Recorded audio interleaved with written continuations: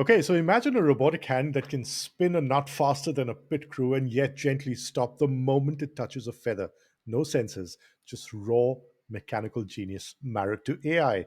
I'm talking about this incredible new video released by Kyber Labs on X. So, is it too good to be true? You're about to find out. I have Scott Walter and Gustav Andersson joining me today. We've got a surprise lined up for you, so strap in for a wild ride. Welcome, paper. Welcome, scissors. This is quite the achievement that Kyber Labs have been able to pull off in stealth mode, tattoo. So let's start right away with your hot takes, and then we've got a surprise lined up for our viewers. Yeah, I mean, my hot take was that first Gustav unearthed this, and I took a look, and I was shocked that after being out there a couple hours, I only had about 300 views, and I just looked at it and said, "This is nuts," and I had to repost it. And then after that, it started getting like tons and tons of views. So I thought I had the scoop for I think like 3 or 4 hours, and then all the big accounts got it. But everyone is just amazed by the speed of this, and even when you slow it down, it's like super, super fast. There's no doubt about it. So what we have to do is what we always do. Gustav, how many joints do you think it has? Yeah, so the joint design is slightly different than our human hand, of course, especially in the fingers. We saw it better in the feather, I think. But we have the expected saddle-ish joint for the thumb, the CMC joint, and the number of joints are otherwise similar. So the flexion and extension of the MP joint is separate from the ab and adduction, which is partly seen here, but perhaps better seen in the feather clip. And then you would have the expected number of joints. They haven't really added the fifth metacarpal, as we sometimes talk about, but the thumb is very quick. Can't really tell how far it would move. So we usually talk about the Kappanji score being able to reach across. But in the beginning, I was like, does it really abduct all the fingers, or is it just this? Because the other ones, I couldn't really see where the abduction was. But the speed really impressed me. As you say, it's nuts. And they really nailed it as well, because they added nails that we have started seeing in some bots as well, which is important when you have the fleshy pads. But Gustav, you're filibustering. How many joints? Oh, I can't count. So we have 20. Okay, it's 20. 20. There's 5 fingers. Looks like 4 for each one. My guess is 20. There's no palm joint. The CMC has only the 2 that. Are you guys willing to put your money where your mouth is? Now, wait. The next thing is it tendon driven? Yeah, definitely. Okay, how many tendons do you think there are? Well, I only see 1 for the flexure, and then when we saw the extension, I'm not sure it's an extensor tendon or if it's a spring. So there is at least 5, and then you will have the ab and adduction. So that's another minimum 1 for each. You're looking at the wrong view. You got to look at the feather view, the video with the feather, and you can see the extensor tendons with an S. Okay, I think there's like 3 separate extensors, so that's why they have fine control of all the IP joints. And if you're going to do that with the flexures, man, why not do or with the extensors? Why not do it with the flexures as well? And you get the abduction. I'm going to guess it's as close to 40. And as you can see, there's a metacarpal tunnel up there that everything is coming through. So there's some sort of actuations happening in the forearm. It's tendon driven. And the other thing is, everyone always asks, why do you need abduction? In this case, you almost don't need flexion. All flexion is doing is getting the fingers in position where they need to be, and then it's moving around. And the other thing I kind of wonder is that I of course had to do this myself to see what I did, and that normally you'd like to do the abduction. If you're doing a mason jar, you're going to have all fingers engaged. But I realized that yesterday that, once you break it open, I was using the index in this, and notice how I prefer to use my index finger in a funny way, whereas here it's being done with the tips. That's not natural for me, but everything comes down to exactly how your thumb comes around and the leverage that's on there. So that would be rather interesting on why they would have chosen to do something like that. But my guess is 20 joints, maybe technically 40 doff in a way, because if they got 40 tendons or something like that. I wish we could ask them.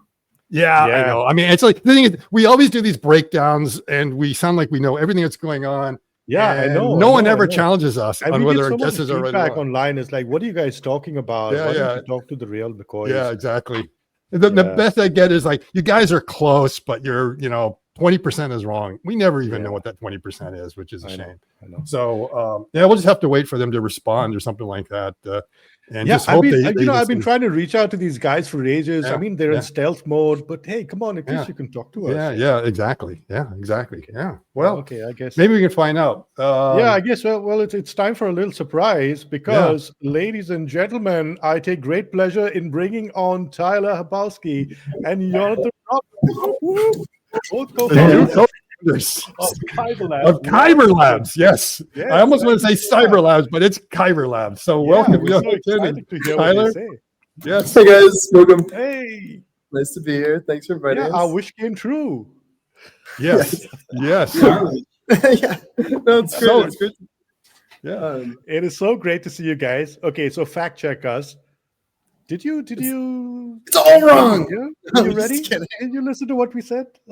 Yeah, it's pretty much mostly spot on. Yeah, I think that it's pretty clear for the videos. It demonstrates all stuff. We do have 20 degrees of freedom and 40 full tendons. So there's no under actuation. Yeah, there's no under actuation with these joints. Yes. I get into why, but no springs, no mechanical springs at least, and we decided to do a simpler setup for just the 40s of freedom. Now, CMC is really hard to do. We didn't want to deal with it all the way, and we separated the abduction and the joint. That's what I noticed. It's down a little bit, and I'm wondering if you're using a tricky scheme there, because when I was looking closer in the flexion, and we'll do this in the post edit to try to get the right image, that I was looking underneath, it looks like you have almost two flexures coming through, at least the way they're getting routed around. It's in such a way that it looks like at the MCP joint, you might have two tendons there. Or are you doing like a differential kind of trick that by pulling on just one of them, you get okay, so abduction is really dedicated to abduction flexions, because I've seen others where they try to do that and then you put in an extensor, because otherwise when you do that abduction, you don't get pure abduction, you start to get flexion at the same time, which you don't want. And then you have to like try to pull it back. And you can, so yeah, if you freeze that right there, Roy, you can kind of see, if we look at the index finger, we can see what looks like almost two wheels coming through, or two channels. And I was wondering if you put two there to make the grip strength a little bit stronger at that point. No, just one. Okay, there's just one there. And then you're channeling them through. So are you setting it up so that, so I'm assuming you have 3 flexure tendons, is that correct? 3 flexure. Okay, so you get 3. So basically it means you can control each IP joint independently of the other. And the reason we wanted to do that was just for controls and knowledge. We wanted to be able to know where the full position of the hands at all points, so that there was no uncertainty. With the spring, you get some compliance sort of for free, but you under actuate it and you can't really control the ends very well. And then it ends up with some complexities in terms of like controls, and you have to add sensors to the finger. We wanted to do all this sensing in the forearms. Yeah, exactly. So what that means is that if you're using springs and everything like that, you don't really know the position of your IP joint without kind of looking at it, but still you'd like to know where it is, which means you've got to put an encoder in there. And if you put an encoder in there, it means you got to put electronics in there. If you put electronics in there, that means you got to put wires in there. And the wires are going, and it's like you're already having a hard enough time robbing your tendons. And you're just saying, hey, wait a minute, let's use the tendons as the communication channel here. So if we put a few more in there, we'll get that information of what's going on, because you said everything's back drivable. And then I'm assuming just by looking at that, you pretty much are able to nail the positions of that. The position, it's pretty precise position. And we wanted to do everything. One of the core design philosophies is to be really, really, really low cost for this hand. And so that's why we don't have so much difference in we've combined the fingers so that it's like one similar joint. We did a lot of things to basically reduce the cost. And then on the other side, we've done a lot of clever things to reduce the cost here. And there's a few compromises that came with that. But so the thumb is basically the same design as the finger. It's just a little bit fatter, and it's just rotated 90 degrees. So again, the CMC joint is so hard to nail. And I'm assuming, have you tried the Kapunji score with this hand? I haven't fully done it, but you can do all of these. You can go like this. Okay. So you reach the little finger at least. We'll make sure to share a video of doing that. Yeah, we'll share another video of that. Okay. Yeah. And the other thing is that you see that the importance of abduction for being able to do things like this. The flexion isn't really there. The other thing that I think abduction comes in really well is you show one image there of how tough it is with a hammer.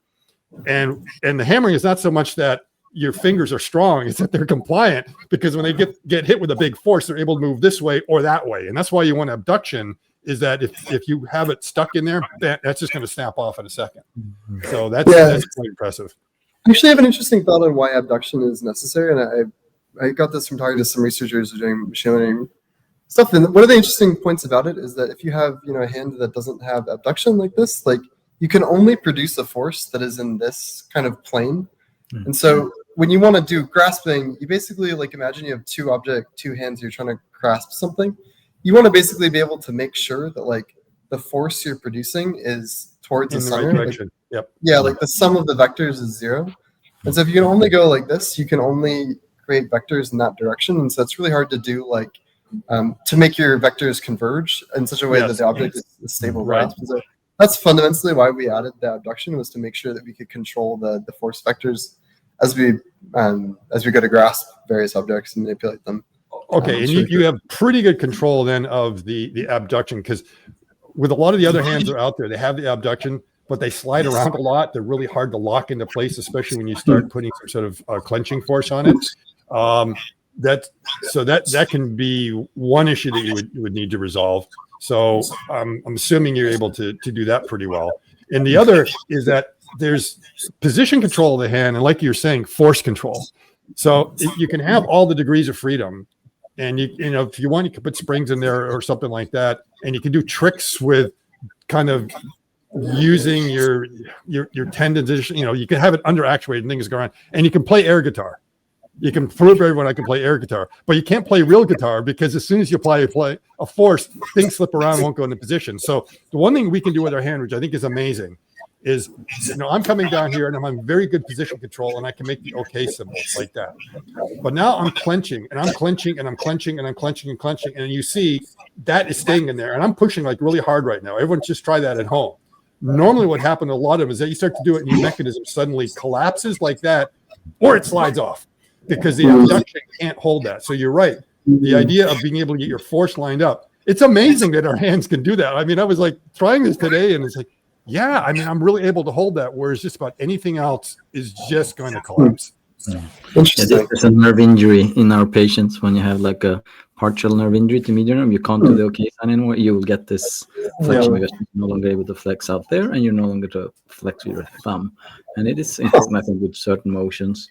And I like what you said, that it's good to have this opposition of all the digits, not just the thumb being able to reach, but if you don't have the abduction, you won't be able to kind of reach over. And I'm guessing this might be hard to do in most bot hands, like opening up and reaching to the tip of the little finger. Quite often it goes to the side. So, and I'm not sure how important that is in these early models, but the tripod grip you really need. So there to abduct to be able to get a tripod grip to the bolt or whatever. And then in your image or video is so clear that it's strong enough to just do it with 2 fingers and very fast. So maybe it doesn't really need a tripod grip like we do. But in certain applications, I think to get the real force you need, that you would like to have the tripod.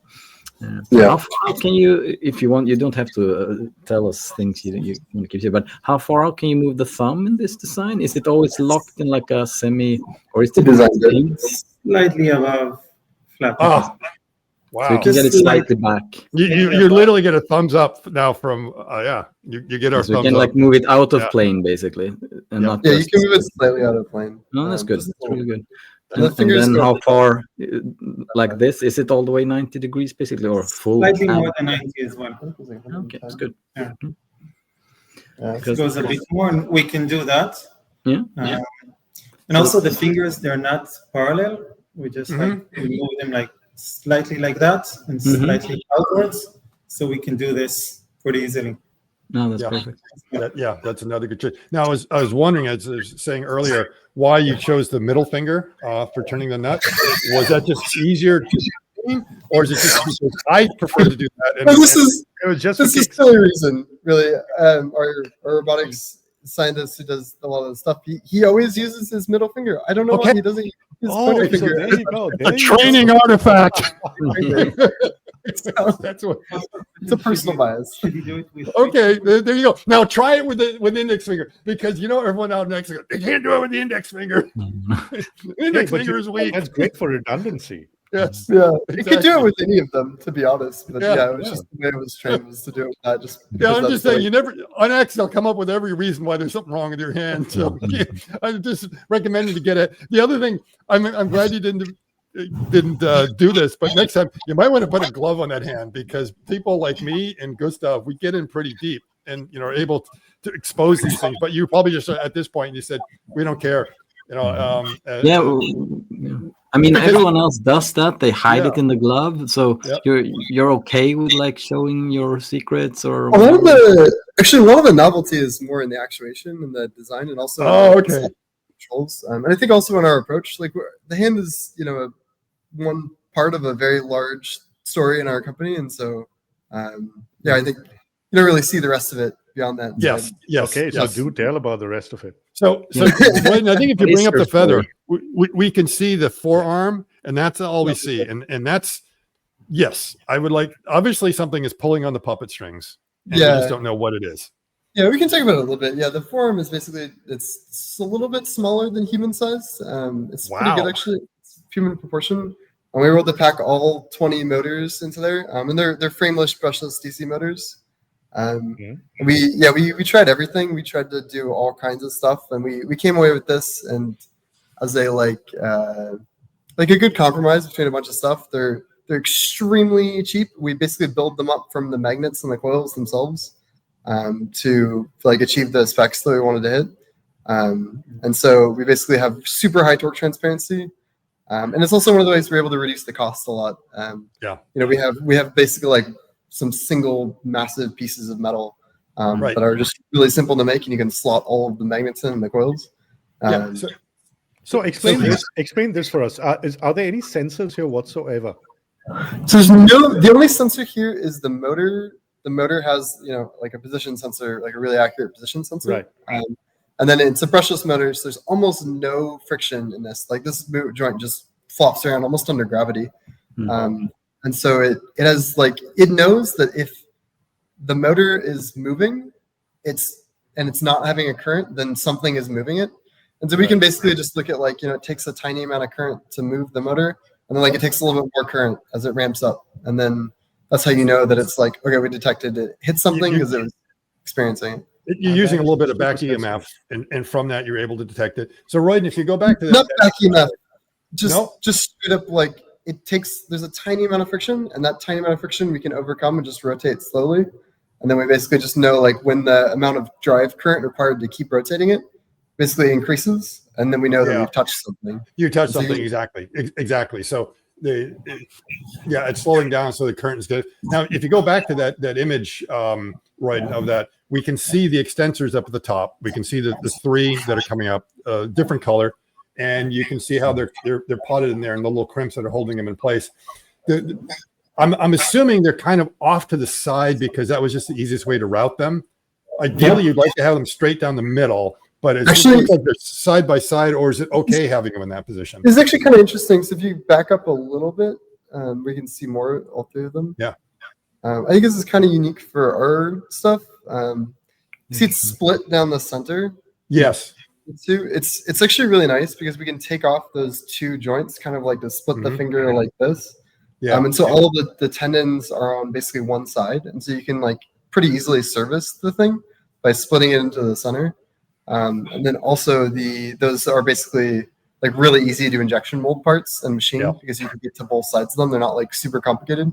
And so they're really easy parts to manufacture, and they allow you to work on the tendons as they are, and having access to everything. So okay. Yeah. I mean, it just, when you do your force analysis and everything, ideally you would love to have those tendons straight down the middle, so you're not getting any twisting motion or bending on that. But I assume it's so small, it's kind of minor. Really, everything is going the torque. Yeah, negligible. Negligible. With the bearings that are in there. Yeah, so they're strong enough to be able to do that. Yeah. So do you have three individual also for the flexor side? Did I understand it correctly that one connects in the distal phalanx, one in the middle, and one in the proximal? It's just that it's not the same cable routed through three. Correct. So in theory, you can see the colors. You see, they're different colors. I'm colorblind. They're all the same. Oh, I forgot. That's right. Yeah, because what I always, when we looked at the Tesla bot, the one in the bushes and the heavy metal, you can see that they're having problems with the fingers. When they flex the wrist, the fingers kind of wobble as well. And some of the movements I would like them to be able to do is like reaching the little finger, which they never show, to be able to get this ball grip or whatever you want to call it. But also the ability to flex at the MP joint while keeping the finger straight. So is that something you would be able to do with this design easily, or is it? Oh my gosh! Guys, I think they're regretting talking to us already. Yeah, no, my thing was like, oh, this is such a hard problem. Like you hit it on the nail, Gustav. It's like a really challenging problem. And I when I go to explain this to people, I tell them to like, rotate your wrist and keep your hands like perfectly stable. And you notice like your hands move, your fingers move around just slightly. That's like, so again, it's because they all go through your wrist, and it's like you're actively compensating it for it when you do this. And it's really challenging for robots to do. So you have to think of creative ways to get around this problem. Yeah, we actually did, I think something that nobody else has done. I don't want to talk about it too much, but basically to make that, okay, so we had to think about this problem pretty hard. There's some geometry optimization that we did basically, but we can say that. Yeah, they don't move when they don't move. You can control. Yeah, so it's for the most part, an adhesis effect, or rather you can keep it straight. When so they're watching the twisting, you can each other. Yeah, that's for sure. And it's part of our philosophy to do as much as we can in hardware, that the software will be easier. Yeah. Now, if you look at the twisting one, I think the last two fingers were just moving just a little bit as was going around, which I'd expect, because you've got a lot of coupling that's just going to happen as all those other tendons are moving. So the other finger, it's just a little bit, but not a lot. Vibrating. I think it's actually just the vibrations. Okay, it's not vibrations, so it's not the coupling. Okay, because I was assuming it was. There's actually an index. I think it's called an individuality index, which we use on our human hands to be able to tell how much coupling you've got. So when I move my index finger, like at some point, my middle finger is going to go along with it because of that. So that again, that's very difficult to pull out of a system. But if you know what's going on, you can just start driving your motors around to compensate.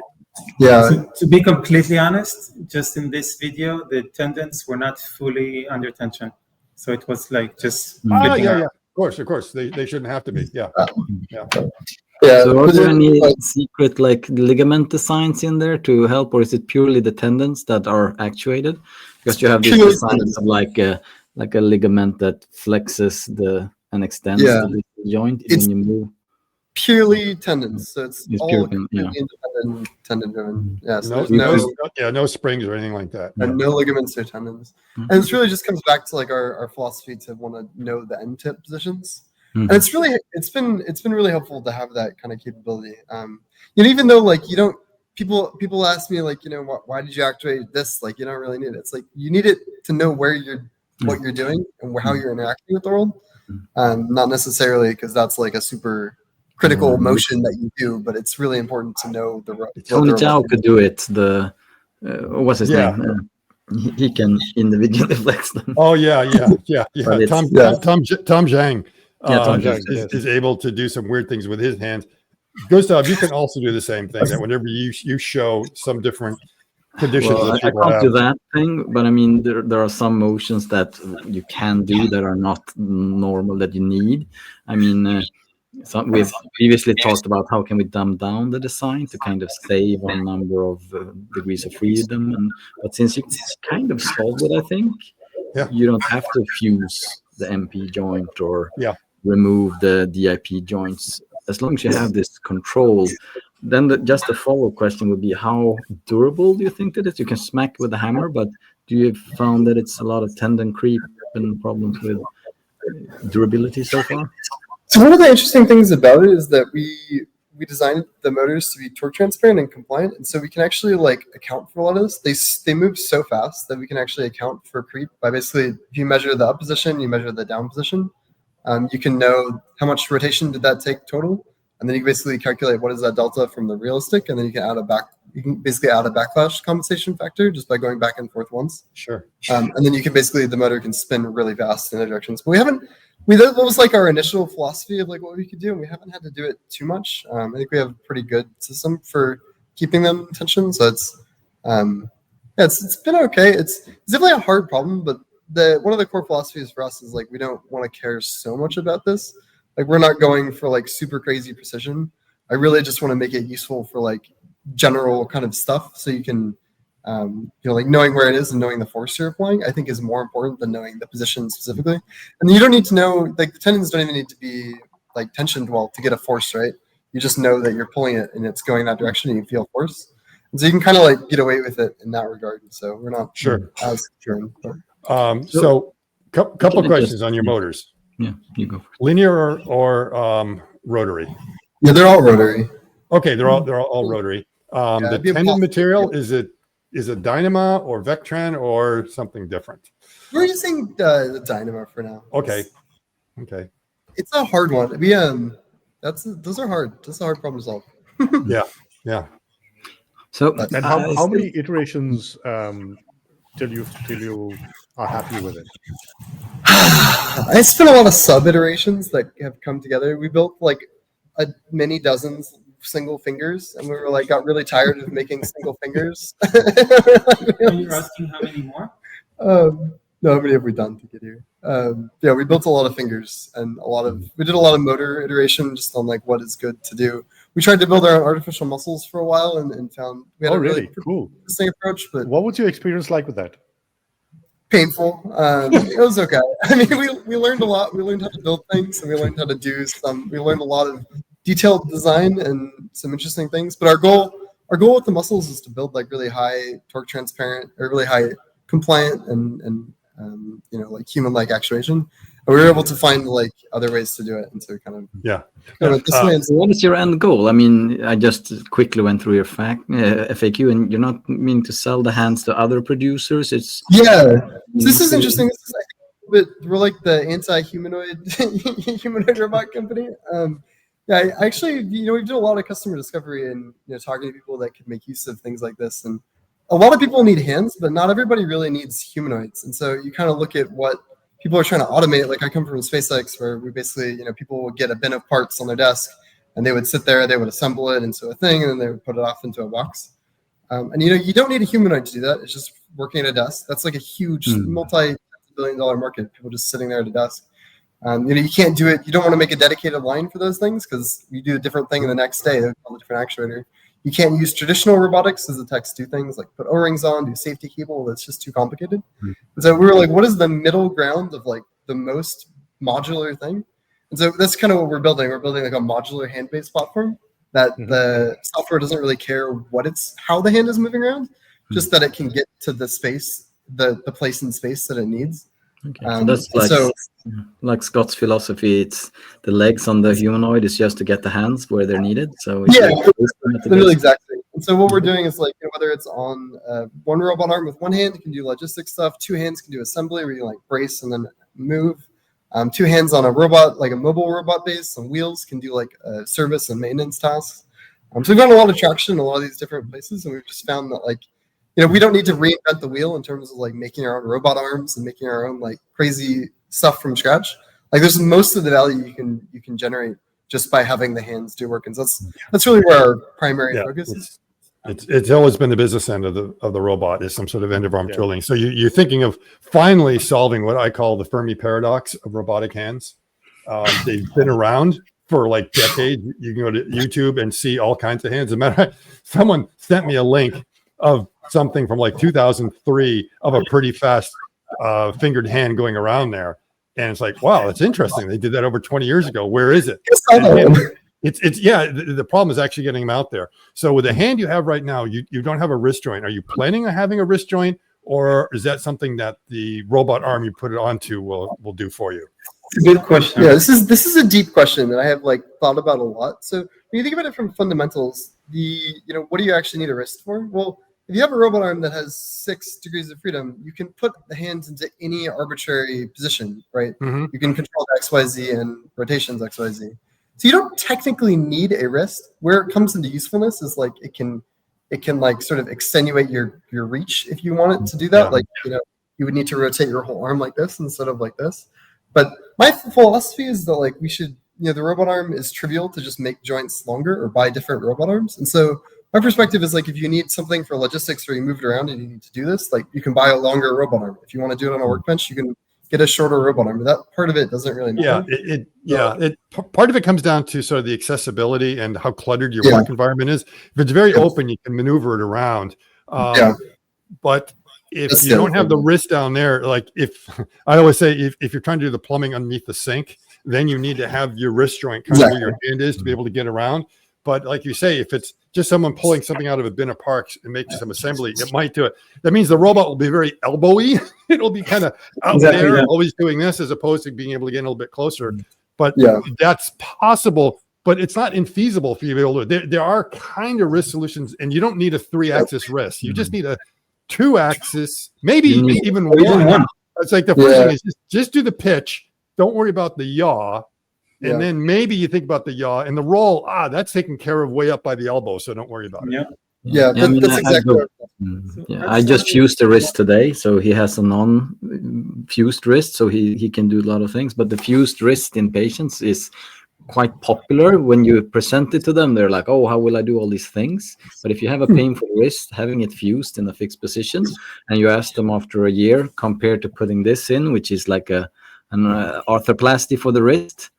This will break in a few years and you will have other complications. Whereas if you give them a fused wrist that doesn't move at all, they're quite fast back at like hammering away and using power tools. So we are quite good at adapting with not having any flexion or ulnar deviation related. Yeah. By the way, the wrist question is one of the things we want to answer soon. We're going to just try it out. And we're trying to start with the minimum as possible. As we want to be as low cost as possible. So and you probably only need a pitch in one direction. So, I mean, we think we have to pitch back, but generally we don't do it. And most people, that's uncomfortable. You just need to be able to go down like that. And probably 60 degrees might be enough. You could try to go with a 90. And of course, when you do that, suddenly all your tendons are going to get stretched. But it's easier if you only do that way. You don't have to worry about this and that anymore. That's the common complaint. If you do something like that. But as far as the manipulation you're doing, it's probably not that critical. I agree. I would step by step on your degrees of freedom to find out what you really can get away with. Yeah, that's exactly what we want to do. Like we don't want to over design it. When I was at SpaceX, we'd be like, we sent up the first like Starlink satellites. It was like, hey, how many dampers do you know on the solar panels? Like, I don't know. Let's send one up with 3, one up with 2, and one up with none, and see what happens. That's kind of like I have first year as well. Like, why not? That's the way to do it. I mean, it's like, so you have that luxury. In the old days, the engineers had to come up with the right decision because you had only one shot, right? So that's what's great is you can go make an experiment. Yeah. The best part is no part. Yes. Yep. Absolutely. Hey guys, by the way, did you try telling Elon any of this stuff? He's got his own. You might have a simpler solution. You might want to see our breakdown of the 22 DOF hand. We didn't go gently. It's interesting. I feel like they're trying to solve the hardest possible problems first. And like my general philosophy on this like physical AI space is that people are trying to make household robots and like this is such a complicated thing. We're talking to customers who are like, we need people to like put labels on things. Like there are blood testing companies like pay technicians like take Ziploc bags and like put the blood samples out there. People who pay like tons of money to just like put things on a stamping machine. Like there's a lot of value that you can get before you go to like, and this is what I want to ask you is you're New York based, and I'm seeing a bunch of New York based humanoid startups and others in the area that come along there that have a very different approach to the problem than out in San Francisco. It seems like in San Francisco they want to solve the problem in the home. In New York it seems to be really grounded and like we've got 3PL problems and we got people that just want to do that. We're going to solve that. And are you seeing sort of the same thing? Is it a difference? I think difference between the Bay and the East Coast?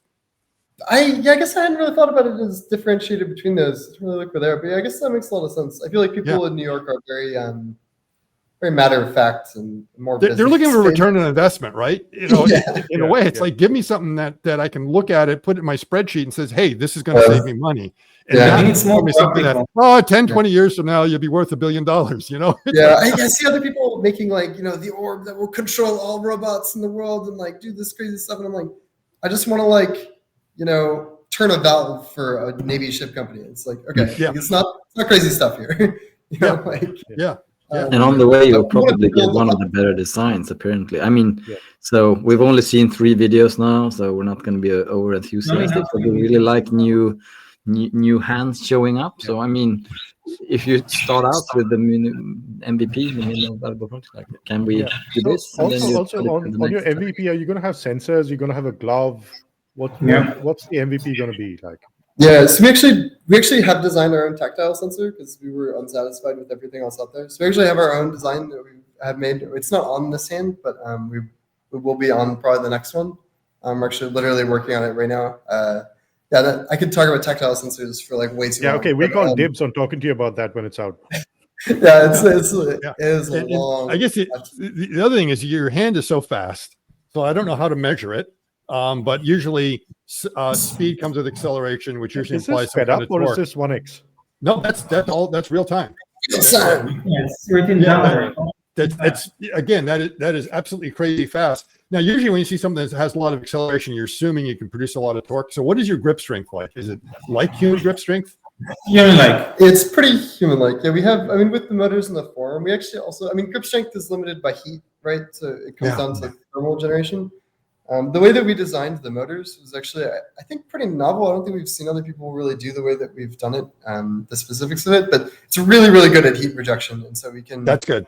You can also share heat across a lot of motors because, you know, when you have like a servo or something, you have like banks of servos, they're all very independent.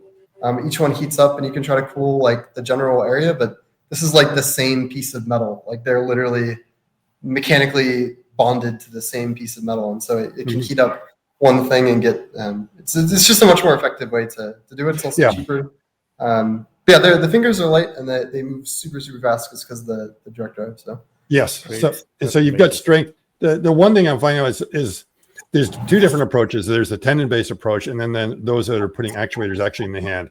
In one case, you're seeing that the phalanx is being used as the actuator, and others putting straight in the IP joints. And so those hands have extreme dexterity and impress everyone. And it turns out they can go 20 to 30 minutes before they overheat. So that means you can use this in an industrial setting if you have to constantly cool it down. And that also means your hands are getting very hot. You know, they're made out of metal and stuff like that. It's getting extremely hot. And I kind of joke that the last thing I want to do is play blackjack with a robot that has hot hands. So, dude, I could not say this any better. It's super freaking hard to reject heat from like a very complicated system over here where you can't put fans, you can't put thermal heat pipes, you can't put like liquid cooling or anything. It's super challenging. And then you want to put like a glove. Well, your hand is actually pretty good at getting rid of heat. Just ask anyone in the wintertime. I mean, it's almost shaped like a radiator because it's long and thin, but unfortunately, it's still not good enough. Yeah, that's true. But yeah, with the way we designed it in the back is good. And, you know, this might be pontificating, but a lot of the people, you know, that are doing that are more like Chinese companies. And they're servo companies, right? They make servos. And they basically adapted those servos to basically be human finger joint-like. And so they're like, cool, we can become a hand company now by connecting these in a certain configuration. It's like, cool, they're a hand company now. And so it's like, they've done some really cool stuff. And I'm like really impressed with it. But yeah, at the end of the day, I don't. What's the most impressive Chinese hand for you? I don't know, man. They're all pretty cool. Is it the Wuji? That one's pretty cool. I like the Sherpa. Some of our friends have seen it at trade shows and stuff, but I don't know. I don't really. Also, like, it's really expensive to do that. Yeah. Like the tiny little gears and all this little stuff. Like, you know, we're going. You have no actuators in the palm itself. It's all in the forearm. Yeah, it's 100% in the forearm. That's just to make. I was worried when Elon said that. It was like move them because as an anatomist, we have a lot of muscles in the hand. But I think the main worry I had was the fact that when it's doing the heavy metal sign, it's actually like flopping around the fingers. So as long as you have that control, then why not? Yeah, it's true. That's interesting. There's so much to think about there, but yeah, I think that the tendon-driven control is a pretty sensible thing, especially when you're approaching it not from like a super high precision system, but as like more of a compliant torque-driven system. It makes a bit more sense. Then you don't have to worry as much about backlash and creep. Packaging it is really fun. It's been a really fun problem. Yeah. So okay, I know you guys have a limited amount of time with us, so I want to ask you about the big picture. Any first clients? What sort of timelines are you looking at? Any funding rounds coming up? Yeah, so we're actually on the precipice of starting our seed fundraising round. So your timing couldn't be better. So that's why we're like putting all these videos out there to to get some interest. We did a large round of customer discovery. We have some people who are waiting on hands. We have some people like some pretty defined use cases, but we're kind of trying to build a general purpose like modular manipulation platform. And so we kind of got the hardware pretty good, and we're now going to be focusing on next round on the software. And so that's kind of the big picture for us. And we want to build something for industrial assembly and like maintenance and logistics that is not like humanoid, is not tied to a humanoid form factor. We're trying to build like basically a hand with the intelligence to do high level actions. So that's kind of where our approach is to the industry, which is a bit different than just like build more humanoids like everybody and their grandma is doing. And so that's kind of like a little bit of a different approach for us, I think. That's where we're at. Do you think everybody else kind of overthinking it? Because I mean, we here on the channel, we talk about the MVP and we talk about useful work, and there's so many low-hanging fruit that can just that already has such a big market and such a need, right? Yeah. Are most companies overthinking stuff? I think companies are not. They're very practical. Like we talk to people who are doing, like e-commerce stuff and like moving parts around bins, and they have like, 5 grippers that they can choose from to pick up like a suction gripper, a parallel jaw gripper, or like all kinds of stuff. And they're like, it'd be great if we just had one. And I'm like, okay, cool. Their fallback is a hand anyway to, ask the human to go help. So it's like, okay, cool. Like we'll make that one for you. And like, that's a very practical problem. And on the other hand, like there's people who want to do, just like in situ machine tending and like other things that, the fallback is human hands. They don't need humanoids to go do this stuff. They just need to pick it up and put it on a thing, or they want to do assembly. So I feel like in a little bit, people are overthinking the problem with the like blurry dream of humanoid robots, which by the way, is a fun dream, and I would love to work on it. But it's like I really, coming from my background in SpaceX, like we want to just focus on the immediate problem and what's actually useful. That can be our next step. Yeah, you gotta. I feel like people are jumping the gun to that, and not necessarily doing the work. So, have you kind of gone through your use cases and say, not needed, not needed, not needed? This is what's important. So everyone talking about, it's so it can thread a needle, and it's like, can you thread a needle? And everyone that's doing a thread the needle, it's like, wait a minute, the hand is holding a needle which has been put in place, and then the other hand is holding the thread which has been put in place, and they have a cobot arm which already is very accurate. That's able to put it. It's like, that's not threading a needle. Yeah, it's so fascinating. Yeah, the demos people come up with are so like people are like, you should play a piano. I'm like, that is a trivial task. Not important. Just go do it. It's hard for humans because it's a memory-based task, right? Like you need to remember the position of a piano. Yeah, like for threading the needle, I see these tasks. They're like they're writing out the name, and the people are like, I can write hands. I'm like, the hand was perfectly stationary that entire time. I'm like, okay, this is not calligraphy, people. Like it's just a robot moving in a programmed path. This is why I like in that video, because like it's something that you can't really do trivially with things. I don't know. It's hard. I get really frustrated with like hands demos. It's basically those videos that you're seeing where someone's doing something like that with the writing with the hand is a very expensive pen holder. Because it's the arm that's doing everything else. So I agree. And so you're taking a very practical approach of this is what's needed to solve my customer use cases. This is all the dexterity they need. They don't need anything more than that. Don't overthink the problem. We need it to be low cost, be capable, and be robust. But without those, there's no point going forward. The things we saw that is coming up again and again, the main thing you need to actually do is just be there and bring the value. Don't even need to be cheaper than humans. We talk to people like Toyota, and they're like, people are always like, you should replace humans, and they're like, what humans? Like nobody wants to do these jobs. It's like, I think that's one of the big misconceptions in this entire like debate online about job losses and all that. Do you guys get to weigh in on it? There are a lot of these fears are misplaced. That's interesting. I feel like a lot of people are into like they don't want to have jobs replaced, but they don't realize like these jobs are super boring, and like if we can replace them with jobs that are much more interesting and much more like fulfilling and challenging, I think that's at least what my perspective is. Like I like to do challenging things, not just go for a paycheck. But I guess some other people like there are a lot of people out there who work for a paycheck, and it's whatever they do is fine. So I don't know. It's a hard one because at the extreme, I actually don't know what people do in general. So it's kind of like a hard like where do you get there? Or where are we going, and how do you get there? And what do people actually do? And like what is the value of people? And also big picture question. So we talk about AI enabled bots in different forms and different form factors. how soon really do you see your product hitting the ground and actually being deployed on the factory floor or in warehouses? I mean, what sort of a timeline are you really looking at? Individually for your company, for Kyber Labs, as well as for the industry?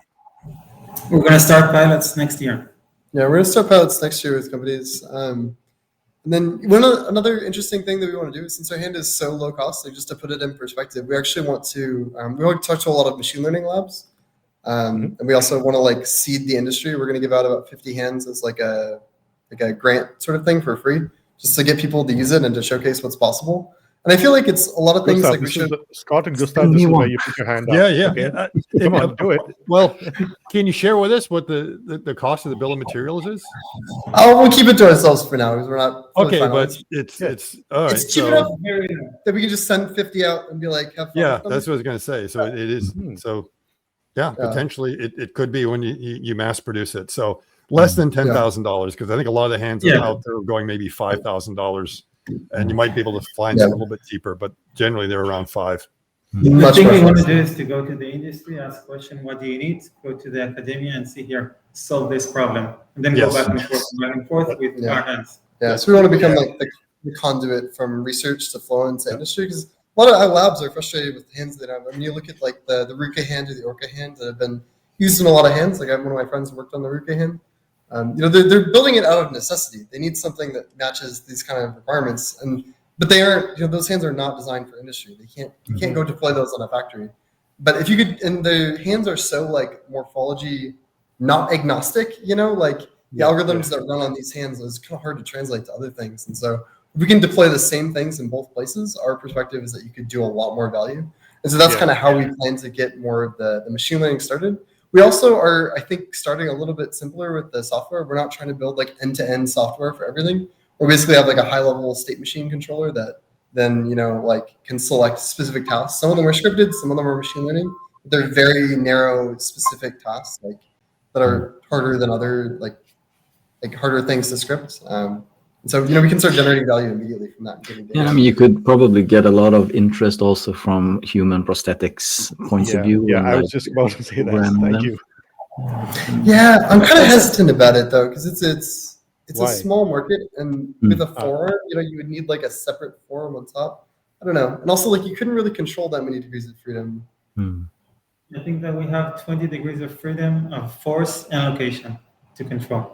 It's a lot of signals to get from nerve endings or brain. Yeah, I mean, but maybe you don't need to control it with myoelectric. You would have your AI basically perform the task. So if you have some kind of object recognition and I'm reaching for the cup of coffee, it will get that grip. That's an interesting point. So there's no camera in the hand, right? What? We didn't put one in the hand, no. Oh, okay. There's no egocentric camera. Okay. TBD. I have a fun fact. You talked about the nails before. Yeah. We started with a bit longer nails, and then Julian, our engineer, he said it's too long. So I think it's the first robot that got manicure. With a Dremel.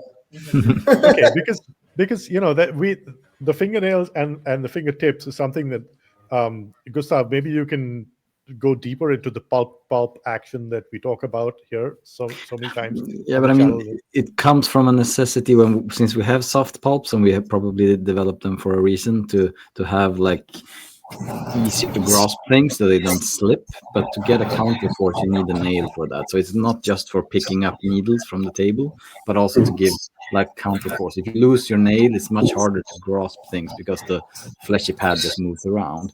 So in this case, it probably helped as well since you have the fleshy pad. I don't know how stiff they are, but to add hard support is good. The bone inside of our phalanx is usually not as good as having the nail there as well. But then, of course, picking things up like needles or thin things, the nail helps. Paper from the table.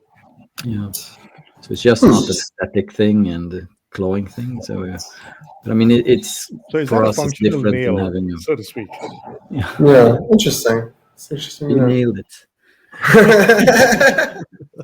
Scott gets away with all the dad jokes. I have to bring in a few of my own. Yeah. I generally do, which I had a couple of them yesterday. Yeah, like you guys were hammering home the point about your durability, and And how everything was nuts. Another big picture question for you guys, and you can choose not to answer this because it's geopolitics and the race between the US and China. There seems to be so much of hype. You guys are dealing with the reality, right? And when you look at the product that you guys are working on, are you concerned at all about competition from China? It's interesting for us. Like, there's a lot of US firms that have like problems in the US that we're going to be dealing with, and they are a little bit more hesitant. Like, we're working with people from the defense industry, like they can't use Chinese hardware. Like, you don't know what's running on it. So like a perception stack is just a non-starter for them. And so there are like a lot of, there's tariffs, which is independent, but there's a lot of like natural protections that I think that US companies have that are kind of hard to replicate, even if the cost is lower. And I think also a lot of it comes down to like the US has a really good software capability. And I feel like that's where most of the value is. And so, we can build really cool hands, but they're useless if you can't control them. You need both sides. Smarts. And so, I feel like the US has quite an advantage in that one. Who knows if that's forever or if, but what about dependencies on supply chains? That's a great question, actually. We tried to build almost everything in house. Like, you can't, you need to buy magnets from China basically because they have pretty much all, even Tesla does that. But when it comes to your actuators and all, and literally just the wiring of the stuff and building them in sufficient numbers, can you do that on American soil? I think we could, because it's just a small part. But right now we're doing it overseas. But I don't know. We're doing like the fastest thing to iterate right now. But I don't know. Like, it's an interesting question. I think if there's always people who's concerned about like you get cut off from China at some point, but and you should be resilient to that. I think we are more than most people just by being vertically integrated. But I don't know. It's a tricky question. I feel like it'll. I really hope it plays out and like we can all just build great robots and like solve actual problems. And just have exactly. That's my perspective on it. I don't know. Let's see how real it is. But I just love the competition. I love that there's interest in it. And I love that people are actually spending time on it and showing it. Like, I think there's a lot of value in between. I think there's a lot of vectors that are like this and this where we need to go up, but we're generally going that way, and that's exciting to me. As a SpaceX, it was cool. It's cool now to just see other rocket launch companies. It's absolutely. So I'm very mindful of your time, and I'm really appreciative that you guys joined us at such short notice. It's just my mind's still blown that this actually happened. So thank you so much.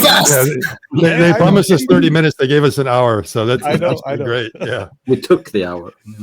So listen, anytime you guys want to talk, we're always there. You want to geek out on any subject, please just feel free to come and rant. Sounds good. It sounds good. Well, we really love what you guys are doing, and more power to you. And we can't wait for the next iteration. And remember, we call dibs on your next reveal. Absolutely. Thanks for the good. I really appreciate the time, you guys. It was a pleasure. Yeah, thank you. Take care and good luck. Thanks. All the very, very best. Thank you.